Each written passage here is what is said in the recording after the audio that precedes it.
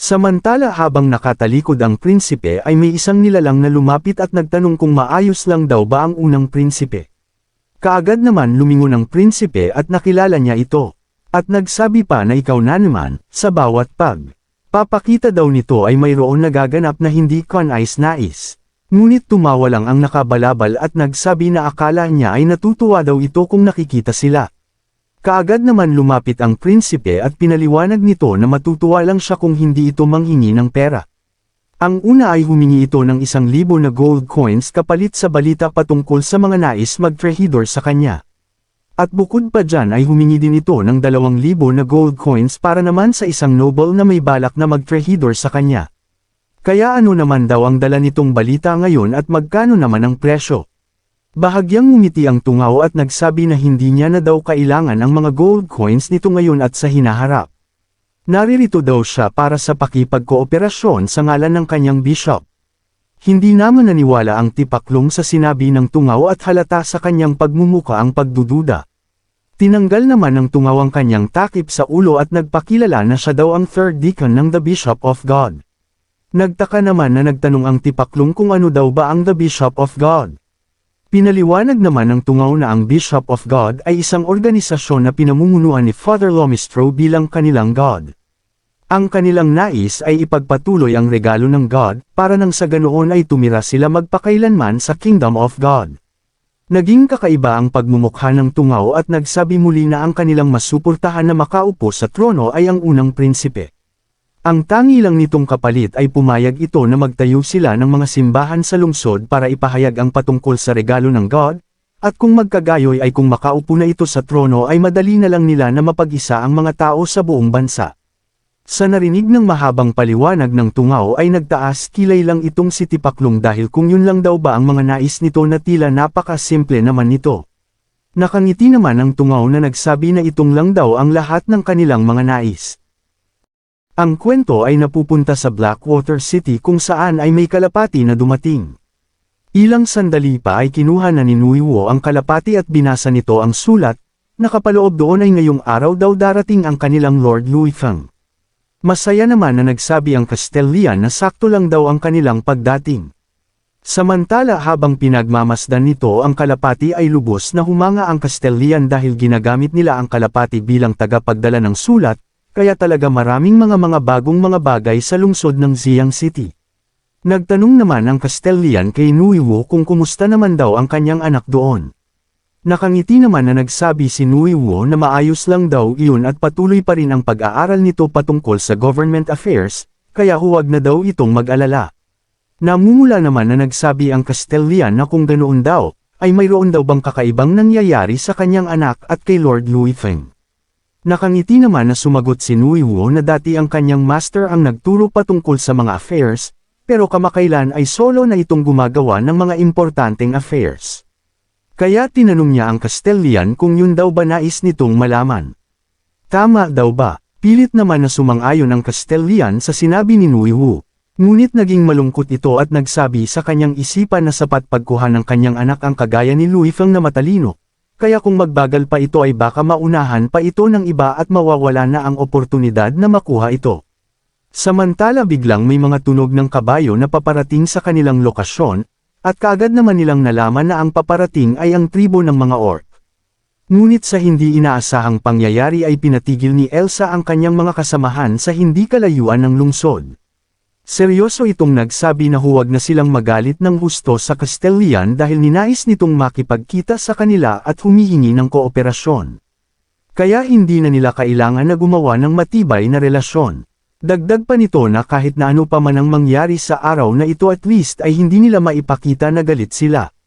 Muli pa itong nagsabi na kahit pa man ano ang mangyari ay huwag nila siyang tawaging prinsesa. Kaagad naman na sumang-ayon ang kanyang mga kasamahan. Ngunit sa isipan nito ay nagtaka dahil gaano daw ba kalaking deal ang mapag-usapan ng baron na ito dahil tila naging mabait ang kanilang prinsesa ngayon. Kaagad naman nagsalita ang kasama ni Elsa na magdadala daw siya ng ilang kawal patungo sa unahan para na isagawa nila ang home court advantage nang sa ganun ay maayos ang kondisyon ng kooperasyon. Sumang-ayon naman si Elsa ngunit binalaan niya ito na huwag masyadong lumayo. At huwag din itong kalimutan na imbitahan ang person in charge na dumalo sa salo-salo mamayang gabi sa kanilang itinayo na kampo. Masaya naman na sumang-ayon ang kanyang kausap, kaya kaagad na itong nag-utos na sumunod sa kanya ang ilang kawal at mabilis na ding umalis ang mga ito. Samantala inaninag naman muli ni Nuiwo ang paparating na mga orc. Nagtataka ito dahil bakit daw tila kakaunti lang ang mga orc na nagtungo dito at tila wala itong balak na magdahan-dahan sa pagpatakbo ng kabayo. Nagtanong naman ang Castellian kung ano na daw nagkanilang gagawin ngayon. Muli pa itong nagsabi na pumasok na daw muna sila sa loob, ngunit hindi ito sinang-ayunan ni Nuiwo at pina-astres nito ang Castellian dahil naririto daw siya sa ngalan ng Ziyang City at ng kanyang master. Dagdag pa nito na ayaw niya na wala siyang gagawin para sa kahihiyan ng kanyang master. Ilang sandali pa ay tinawag na niya ang pansin ng mga sundalo na sumunod ito sa kanyang mga iuutos, na kaagad din naman sinang-ayunan ng ito. Samantala mabilis pa rin ang pagpatakbo ng mga orc, at sumigaw ang namumuno na patuloy pa rin daw sila sa pagpatakbo. Hanggang hindi niya inutusan na huminto, na kaagad din naman sumang-ayon ang mga kasamahan nito. Habang malapit na ang lokasyon ni Nuiwo ay patuloy pa rin ang mabilis na takbo ng kabayo na tila hindi ito bumabagal. Dahil dito ay nagtapat ang tingin ng dalawang panig na tila naghihintay lang ng tamang pagkakataon kung sino ang unang kikilos. Ngunit sa hindi inaasahang pangyayari ay tila pinanindigan ni Nuiwo ang pagtayo sa pasukan at hindi ito natinag sa paparating na panganib, kaya mabilis itong pinatigil ng orc ang kabayo nito para hindi tamaan si Nuiwo. Dahil dito ay humanga ang orc sa ipinakitang tapang ni Nuiwo at sinabihan niya pa ito na hindi niya akalain na mayroon palang ilang nilalang sa mga tao ang ganitong katapang. Ngunit sumagot si Nuiwo na kung nagbibiro daw ba ito. Dahil isa lamang daw siyang ordinaryong sundalo ng Ziyang City, at ang kanyang master ay paparating na. Kaya niyaya na muna niya ito na pumasok muna sa loob ng lungsod para makapagpahinga. Nagalit naman ang orc at nagsabi na arrogante daw ang kayang Castellian dahil pinaghihintay nito ang kanilang leader. Dagdag pa nito na mayroon daw silang kampo sa malapit sa lungsod kaya huwag na daw silang mag-abala pa na patuluyin sila sa lungsod. Samantala ang mga orc sa likod niya ay nabahala dahil tila may paparating daw, nagtataka naman ang isa dahil kung ano daw ba ang kanyang nakikita. Ang nakita pala nila ay ang malaking barko ng Ziyang City na dumaong sa pantalan ng Blackwater City. Hindi rin naman nagtagal ay lumabas na ang ating mga bida sa barko. Sa nakita na presensya ni na Luifeng ay nagtanong ang orc sa kanyang isipan kung bakit daw magkasama ang orc at ang tao.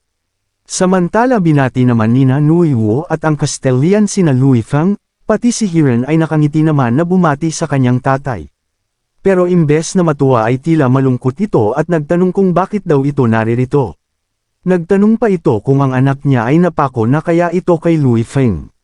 Samantala nakangiti naman na humihingi ng tawad si Luifeng dahil sa huli na daw silang dumating. At ang orc naman na pinagmamasdan ng ating bida ay labis itong namangha at natakot dahil tila kapantay daw ang lakas ni Luifeng sa mga knight ng Orc Kingdom. Ngunit kaagad din itong binaling ang kanyang ulo at binawi ang kanyang sinabi dahil tanging na orc na naman dirigma ang malalakas. Ilang sandali pa ay nagtanong na ito sa ating bida kung siya daw ba ang Luifeng na Castellian ng Ziyang City. Kaagad naman sumagot si Luifeng na oo, at kasunod ay tinanong naman niya ito kung sino naman daw siya. Si Nuiwo naman ang sumagot na ipinadala daw ito ng tribo ng mga orc para sa kanilang mga napag-usapan na pagkikita. Mayabang naman na nagpakilala ang orc na siya daw si Chiluo na bodyguard at captain ng kanilang pinuno. Inanyayahan pa nito si Luifeng na pumunta daw ito sa salo-salo sa kampo nila sa labas ng lungsod mamayang gabi. Maangas pa itong nagsabi na pwede naman daw tumanggi si Luifeng kung natatakot ito. Dahil sa mayabang ni Chiluo ay naghanda na si Mina para bigyan ito ng leksyon, pero kaagad din naman ito inawat ni Luifeng at huwag na daw itong mag-alala. Nilapitan naman ni Luifeng si Chiluo at sinabihan niya na pupunta siya doon sabihin niya daw ito sa kanyang pinuno. Sumang-ayon naman ang orc at hihintayin daw nila ito mamayang gabi. Kasunod nito ay kaagad bading umalis ang mga orc papalayo sa lungsod. Samantala si Dis na nakita ang ugali ng orc kanina ay nainis ito ng bahay dahil akala naman daw ng mga ito ay kailangan nila ang kanilang mga pagkain, dagdag pa nito na mas masarap pa daw ang mga pagkain nila sa loob ng kanilang barko. Pati si Mina ay nagkomento kanselahin ng bakit daw napakadaling pumayag ni Luifeng sa nasabing salo-salo, Baka naman biglang magbago ang mga isip. Nang mga iyon ay mapanganib. Seryoso lang naman na pinakikinggan ni Luifang ang pahayag ng dalawang dilag. Ngunit bigla itong lumingon sa kanilang dalawa at masayang nagsabi na ang mga orc talagang maingat. Ngunit napansin niya na mababait sila dahil sa karanasan niya sa loob ng Xiang City. Bukod pa dyan ay normal lang na nagdududa ang ibang mga orc sa mga tao. Kaya ang tangi nilang gagawin sa ngayon ay kailangan nilang sundin at makisalo sila sa kanilang teritoryo para sa kanilang sinseridad, at ito ang dahilan para maging maayos ang pagpupulong.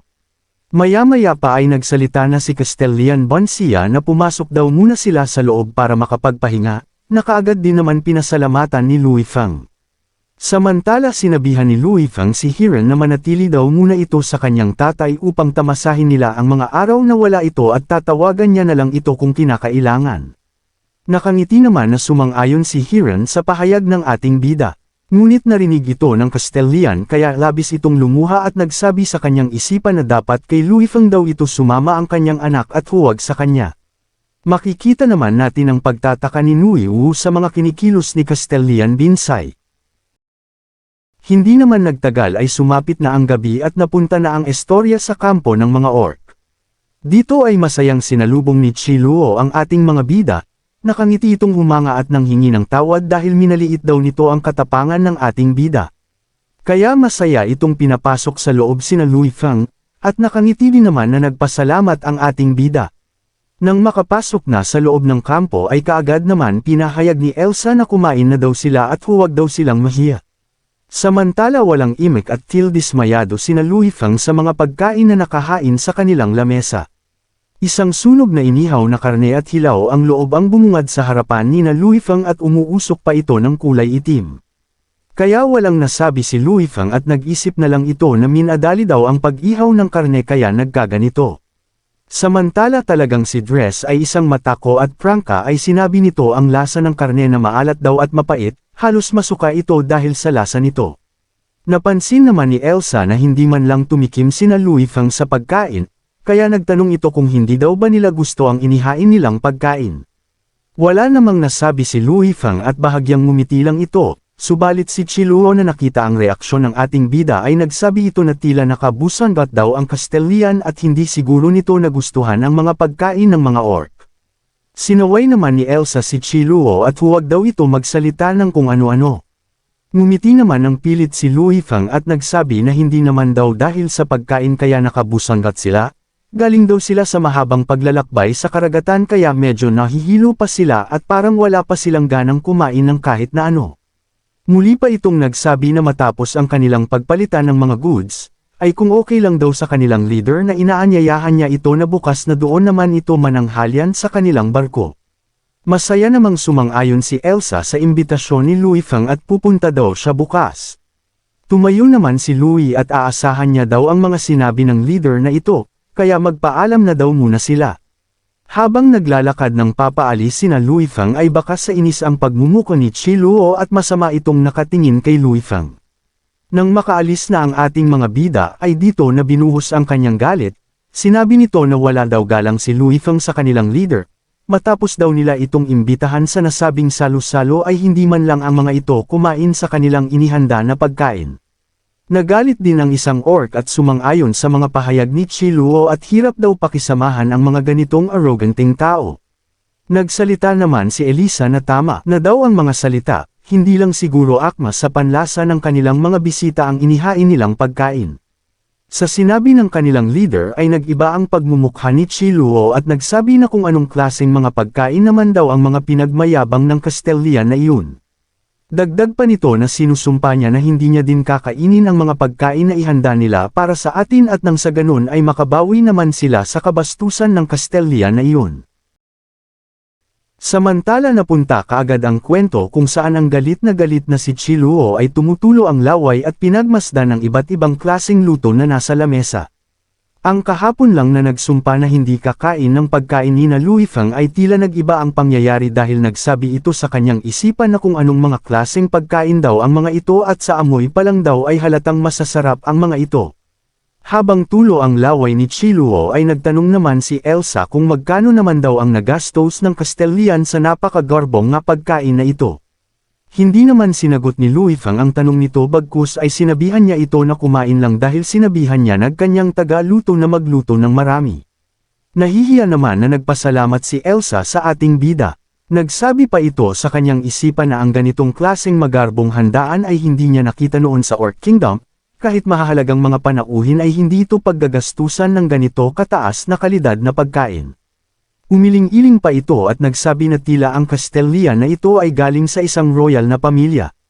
At ayaw niya nang balikan pa ang mga nakaraan, dahil ang tanging hangarin nila ay muling maibangon ang Orc Kingdom sa hinaharap. Ilang sandali pa ay nagsalita muli si Elsa at nagtanong ito patungkol sa mga order nito sa kanila. Sumagot naman si Luifang na medyo magbabago daw ang kanilang order ngayon dahil medyo maraming mga tupa at wool ang kailangan ng kanyang lungsod sa ngayon. Seryoso naman na nagtanong si Elsa kung ilan daw ang kailangan nito. Kaagad din naman sinagot ni Luifang na 300 kada araw at sa kabuuan ay 900 kada buwan. Sa mga sinabi ni Luifang ay sabay nagulat ang dalawa at hindi ito makapaniwala sa nais ni Luifang. Muli pang sinabi ni Louie na kailangan din niya ng 1,000 na mga kabayo at 500 na pandigmang kabayo, at madidagdagan pa ito depende sa sitwasyon. Sinabi pa nito na presyo ay hindi bababa sa presyo ng merkado, pero kung nais nito ay pwedeng magpalitan sila ng mga item na katulad ng harina, asin, ceramic, at mga tela. Habang pinagmamasdan ni Luifang ang seryosong tingin ni Elsa, ay muli itong nagsabi na nalaman niya na ang asin ang pangunahing pangangailangan ng mga orc, kaya tinitiyak niya na hindi pagkukulangan ng Xiang City ang kanilang pangangailangan patungkol sa asin. Sa mga narinig ni Chiluo ay tumayo ito at nag-aalala na nagsabi sa kanyang leader na ang wool daw at mga kabayo. Pinipigilan naman ito ni Elsa na magsalita at nasabi sa kanyang isipan na ang kabuuan ng bilang ng kanilang pandigman na kabayo ay nasa 2,000 na lang. Kaya kung ibebenta ang 500 ay medyo hihina ang kanilang puwersa, at nababahala siya na baka sa darating na spring season ay sumugod sa kanila ang ibang mga tribo. Ilang sandali pa ay pinaupo na muna nito si Chiluo upang makapag-isip siya sa tamang gagawin. Sumunod naman kaagad si Chiluo at nakatikom na ang bibig nito. Maya-maya pa ay muli itong nagsabi kay Luifang na tinatanggap nito ang kanyang mga nais. Pero naging seryoso ito at nagsabi kay Luifang na sana ay ihanda nito ang bayad sa kanilang napagkasundoan, dagdag pa nito na sana huwag itong gumawa na ikakagalit niya dahil alam naman nito ang mga ugali ng orc pag nagagalit. Sa ipinakitang mga pagbabante ni Elsa ay sabay ng kinabahan sina Mina at Dis at naramdaman nila ang killing intent nito. Ngunit iba naman, sa ating bida dahil nakangiti lang itong itinaas ang baso at nagsabi na huwag daw itong mag-alala dahil siya ay ang Castellian at isa ding businessman, at hindi niya sinisira ang kanyang mga salita. Nakangiti din naman na tinaas ni Elsa ang baso at nagsabi na aasahan niya daw ito kung ganoon. Kasabay nito ay pinagtama na nila ang mga baso patunay na pumapayag na sila sa kanilang mga napagkasunduan. Matapos ang kanilang kasunduan ay muling nagsalita si Luifang at inaanyayahan niya si Elsa na kung may bakanting oras ito ay pwede daw itong pumasyal sa Xiang City. Dagdag pa nito na magpadala lang daw ito ng caravan kung kailangan yung makipagkalakalan sa kanila at mabilis nila itong tatanggapin, bukod pa dyan ay maraming mga orc doon na nakatira, kaya hindi sila maiilang o mahihiya na makisama sa loob ng lungsod ng Xiang City. Nakangiti naman na sumagot si Elsa na nabalitaan niya na daw ang patungkol sa Xiang City, kaya kung may oras siya ay susubukan niyang bumisita doon. Ang kwento ay napupunta na sa kampo ng mga orc, seryosong nagtanong si Chiluo sa kanyang pinuno na bakit ito sumang-ayon na ibenta ang mga kabayo. Naglaan daw sila ng mga effort at panahon para masanay ang mga kabayong ito. Mawawalan na ba ng mga kabuluhan ang mga paghihirap nila para sanayin ang mga kabayo? Sa tanong ni Chiluo ay hindi ito direktang sinagot ni Elsa, malungkot itong nagpaliwanag na si Luifang daw ay isang mabuting tao, bukod pa dyan ay mayaman ito at maraming mga item na kailangan nila sa pang-araw-araw. At ang mahalaga dito ay maayos naman kausap sa kasunduan ng Castellian. Sa mga paliwanag ni Elsa ay galit itong nagsabi na sana ay hindi na nito binenta ang mga kabayo. Naging seryoso naman si Elsa at sinabihan niya si Chiluo na ang Castellian ay tila may plano sa hinaharap. Kaya mas maigi na magkaroon sila ng magandang relasyon dito, at kung maging malakas na lungsod na ito ay baka ito pa ang dahilan para muli nilang maitatag ang kanilang Orc Kingdom, at ang mahalaga sa ngayon ay ang maagang investment sa mga essential.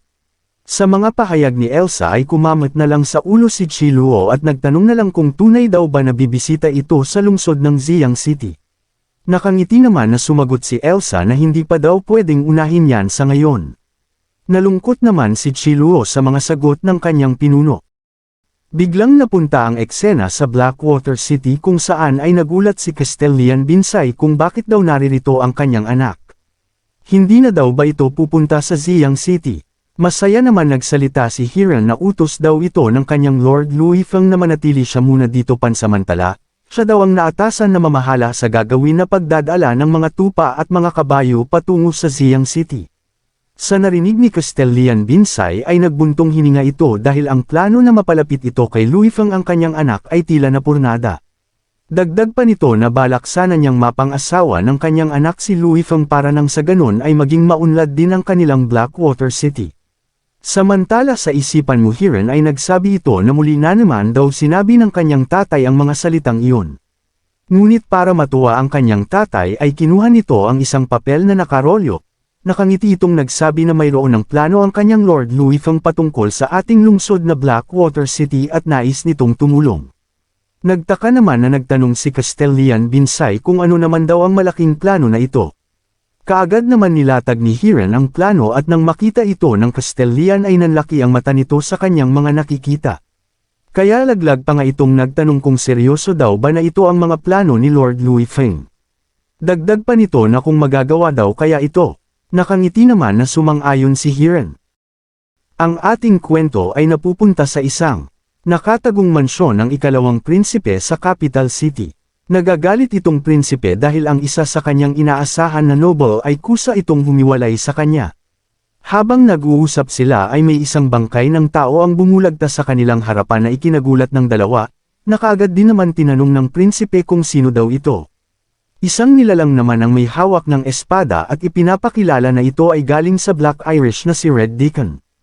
Pinaliwanag nito na ang kanyang napatay ngayon ay isang assassin, sinabihan niya na prinsipe na ang kanyang mga kawal ay hindi maaayos ang mga kinikilos, dahil kung hindi siya dumating ngayon ay tiyak niya na patay na itong ngayon. Nagulat naman ang prinsipe sa kanyang nakikita at nalaman, pinagtuturo niya ito dahil hindi daw ginagawa ng mga taga-Black Irish ang kanilang mga tungkulin. Kahit na alam na nila na ang mga tauhan ng kanyang kapatid ay pumunta na dito ay wala pa rin ang mga itong ginagawa. Pinakalma naman ni Red Deacon ang prinsipe dahil partner daw siya nito at hindi alipin, bukod pa dyan ay king hindi siya maagang dumating ay tiyak siya na napatay na ito sa ipinadala ng kanyang kapatid na assassin. Nagtanong naman ang tungaw kung paano daw nalaman ng kapatid niya na naririto siya. Pinaliwanag naman ng tipaklong na sakop na ni Lucia ang saklaw ng buong capital city, kaya hindi na mahirap para sa kanya na tugisin ito. Sa narinig ni Tungaw ay pinagpawisan ito dahil paano daw ito naging posible dahil kakaunti naman ang mga kawal nito. Dahil sa pag-aalala ng prinsipe ay nagsabi naman ang Red Deacon na protektahan daw nila ang buhay nito. Dahil sa pagkadesperado ay nagtanong ang prinsipe kung ano na daw nagsunod nilang gagawin ngayon. Kaagad naman nagsabi si Red Deacon na isuko na nito ang capital city. Nagalit naman si Tungaw at nagtanong kung ano daw ang pinagsasabi nito. Pinaliwanag naman ni Red Deacon na nagbuong lungsod ay kontrolado na ng unang prinsipe, maging ang duke na si Kailak ay nakuha na nito dahil napagkasunduan na si Catherine ay ipapaasawa dito. Pati ang palasyo ay parang hawak na din ito dahil 2 linggo na hindi nagpatawag ng meeting ang hari. Mas natakot siya kung pati ang hari ay kontrolado na din ito. Sa narinig ni Green ay nagtanong ito kung kontrolado ni Lucia ang hari ay paano na sila makipagkompetensya sa kanya. Nagsabi naman si Red Deacon na hindi na ang pagsakop ng unang prinsipe sa buong palasyo ay hudyat na din nagpagtapos sa mga kaaway nito sa loob ng palasyo. Ang malala pa dyan ay baka pati na ang buong lungsod ay sakupin na din ito, kaya ang tangi na lang muna nating gawin ngayon ay magpakalayo-layo at lisanin ang capital city at ipunan ang ating lakas sa ibang teritoryo. Dagdag pa nito na makakaya nila itong matalo kung mayroon silang ibang kaalyado sa ibang teritoryo. Nagsabi naman si Green na baliwala daw ang paghikayat nila ng mga kaalyado, dahil kung malalaman lang ito ni Lucia ay kaagad na din itong sasakupan at kung hindi sumunod sa kanya ay baka mapahamak pa ang mga ito. Ngunit biglang hinampas nito ang lamesa at inutusan niya ang kanyang mga sundalo na humanda na makipaglaban para sa kanya, kaya kailangan daw nila lisanin ang lungsod at nagtungo sa parteng norte na teritoryo. Naging seryoso pa itong nagsabi na ilang araw lang daw ang mga masasayang araw ng kanyang kapatid dahil babalik daw siya para sa kanya. Samantala ang kwento ay napunta kay Lucia na nagtatanong sa kanyang tauhan kung bakit daw buhay pa na kanyang kapatid. Natatakot naman nagsalita ang kawal na mayroon daw malakas na nilalang ang nagprotekte sa ikalawang prinsipe. Bukod pa dyan ay alam, hindi pa tapos itong magsalita ay humiwalay na ang kanyang ulo sa kanyang katawan dahilan para mamaalam ito sa mundo. Habang hawak ni Lucia ang espada ay, masamang aura ang Bamalot dito na halatang galit na galit ito at pinagmamasdan nito ang gumugulong na ulo ng kanyang tauhan. Tumingin pa ito ng masama at nagsabi na hindi niya daw kailangan ng mga tagasunod na walang kwenta. Dagdag pa nito na magkakaroon na tuloy ng pagkakataon na makaalis sa lungsod ang kanyang kapatid ngayon. Ngunit naging seryoso muli ito at nagsabi na hindi naman matalino ang kanyang kapatid, kaya sa kanyang palagay ay may isang nilalang na nagbibigay ng mga payo. Ngunit sa hindi inaasahang pagkakataon ay biglang sumulpot na muli ang tungaw sa kanyang likuran at nagsabi na ang hinala daw ng prinsipe ay tama. Ang nagbibigay daw ng mga payo ay ang Black Irish at ito din ang nagbibigay ng mga impormasyon kaya mahirap mapatay ang ikalawang prinsipe. Kaagad naman lumingon si Lucia at tinanong nito ang tungaw na kung mas malakas daw ba ang Black Irish kesa sa kanila na mga Bishop of God. Pinaliwanag naman ng tungaw na ang Black Irish at isang lihim na organisasyon na ang pangunahing gawain ay mangkidnap ng mga orc, elf, at mga magagandang babae sa loob ng 1,000 taon. Bukod pa dyan ay marami din itong mga spy na nakakalat sa buong kontinente. Dagdag pa nito na hindi nila alam ang mga galaw nila, pero huwag daw itong mag-alala dahil kaya nila itong matalo. Ngunit nagtanong naman si Lucia na kung hindi daw ba nila kayang patayin ang kanyang kapatid. Ngunit hindi ito sinagot ng tungaw dahil ang pangunahin nilang dapat gawin ay dapat masakop muna ang buong lungsod. Kasunod nito ay kaya na nila magawa ng paraan ang Black Irish na ito. Naging seryoso pa ito at nagsabi kay Lucia na huwag nitong kakalimutan ang kanyang pangako na ang Bishop of God ang magiging national religion sa buong Yinglao Kingdom kung magiging hari na ito. Pagalit naman na nagsabi si Lucia na panghawakan daw nito ang salita ng isang hari. Makalipas ang ilang sandali ay makikita natin na naglalakad itong si Lucia patungo sa silid ng kanyang tatay. Mabilis na din itong binuksan ang pinto at naroon ang kawawang hari na panay pa rin ang pag-ubo nito. Samantala lumapit naman itong tungaw sa kanyang tatay at nakangiti itong nagtanong kung nasa maayos na daw ba ang pakiramdam nito. Ngunit nagalit ang hari at tinawag niyang Hapokrito ang prinsipe na halatang galit ito kay tungaw. Hindi naman pinansin ni Lucia nagsinabi ng hari, bagkus ay naging kakaiba ang pagmumuko nito at nagsabi na kailangan na daw ng bagong hari at sa ngalan daw ng kanyang tatay ay itinatalaga niya na siya ang susunod. Pilit naman na tumayo ang kawawang matanda at umuubo na nagtanong kung nasaan daw si Green kailangan niya daw itong makita. Seryoso naman na nagsabi si Lucia na si Green daw ay kumalas na. Muling umubo ang matanda at nagsabi na inutusan niya na silang dalawa ay lumayo sa lungsod. Ngunit tila hindi ito pinapansin ni Lucia ang sinabi ng hari at madilim na ang pagmumuko nito na nagsabi na kung balak daw ba ng hari na si Lucy ang kumuha ng tono. Habang hinawakan nito ang unan ay muli itong nagsabi na hindi niya daw ito dapat gawin. Kaagad na nitong nilagay ang unan sa pagmumuka ng kanyang tatay at naging demonyo na ang pagmumuka ni Lucia na galit na nagsabi, na huwag daw siyang sisihin ng hari sa kanyang ginagawa ngayon kung kaagad lang daw nitong binigay ang trono ay hindi na sana aabot sa ganito. Habang namumula ang mga mata nito ay nagsabi ito na siya na daw ang bagong hari ngayon. Maya-maya pa ay tuluyan nang natapos ang kwento ng hari at binawian na ito ng hininga, subalit malakas lang natawa ang umalangaw-ngaw sa buong silid.